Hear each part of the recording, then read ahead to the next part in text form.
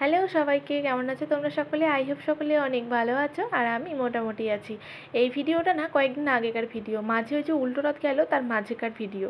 তো বাবুর হঠাৎ করে উল্টো রথের দিন জ্বর আসে, তো সেই জ্বর থেকে ওর জ্বর চমকা হয়ে গিয়েছিল।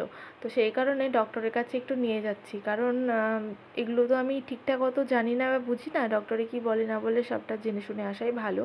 আমি ডক্টরকে যদিও ফোন করেছিলাম, তো উনি বললেন একটু যাওয়ার কথা, তো সেই কারণে এখন রেডি হয়ে নিচ্ছি, যাবো একটু হরিপুরে ডক্টর দেখাতে।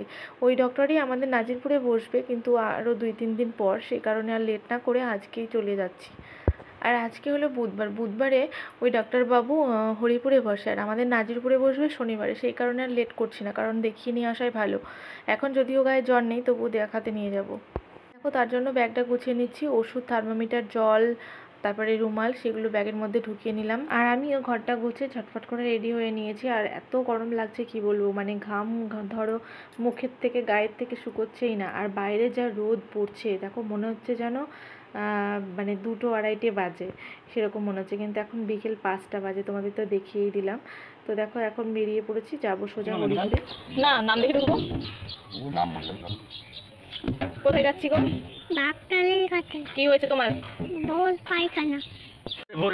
আবার আজকে সকালবেলা থেকে দেখছি 3বার পায়খানাও করছে। তো সব মিলিয়ে এখন ডক্টরের কাছে নিয়ে যাচ্ছি, দেখি ডক্টরে কি বলে না বলে। মাঝে কয়েকদিন আগে জ্বর হয়ে গেল, তারপর আবার জ্বর এসেছে।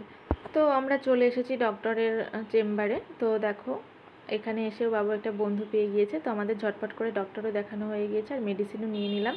তো বাড়ি চলে আসার পরে আর ভিডিওটা কন্টিনিউ করিনি। আর দেখো আমার কত ভাজভোজ, কিচ্ছু হয়নি, মানে সব ভাজ করতে হবে এগুলো।